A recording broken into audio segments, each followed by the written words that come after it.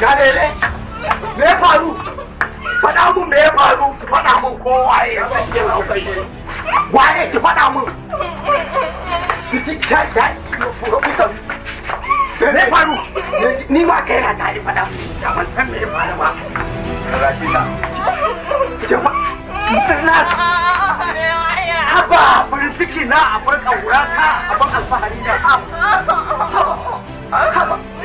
a bar kulawa ta haba kin sa kai na ba zai taɓa kwanciya ba sai kin faɗa ba abin da ya faru faɗi min me ya faru ne yaya wai wannan lakcaran namu ne ba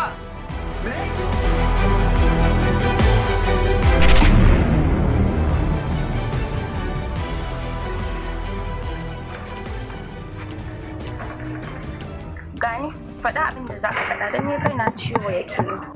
Haba. Idan hankali ya tashi ne so ake sa ya nemo shi. Kuma da rai ya ɓaci hankali ake sa ya nemo shi. Tun jiya ina ta kiran wanki kuma ne nake ta da bikin reply ba. Wannan kuma ba ni na saka damuwa ba. Dan ni jiya tun da na dawo da na wullar da wayar ban bi ta kanta ba. Ko kai tun jiya zuwa yau ka san yin bacci ne? Sanadiyan abin da na gani jiya ko bacci da yake barawo bai sace ni ba. Na san da abin da zan ga miki ba laifi da ni amma wallahi tallahi ba abin da ke saka ni da Maryam jama'a da gama ko karatu miki da ita ba wani abu ba.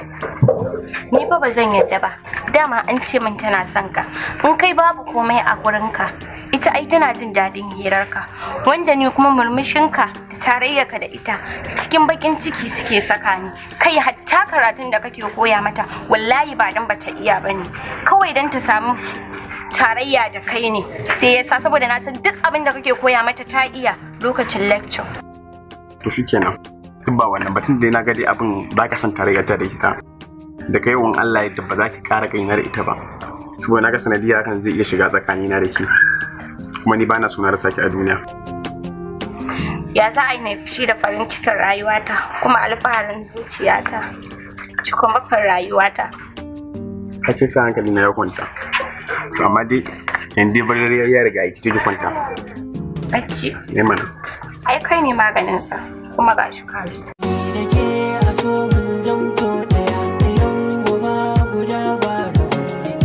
Allah ko?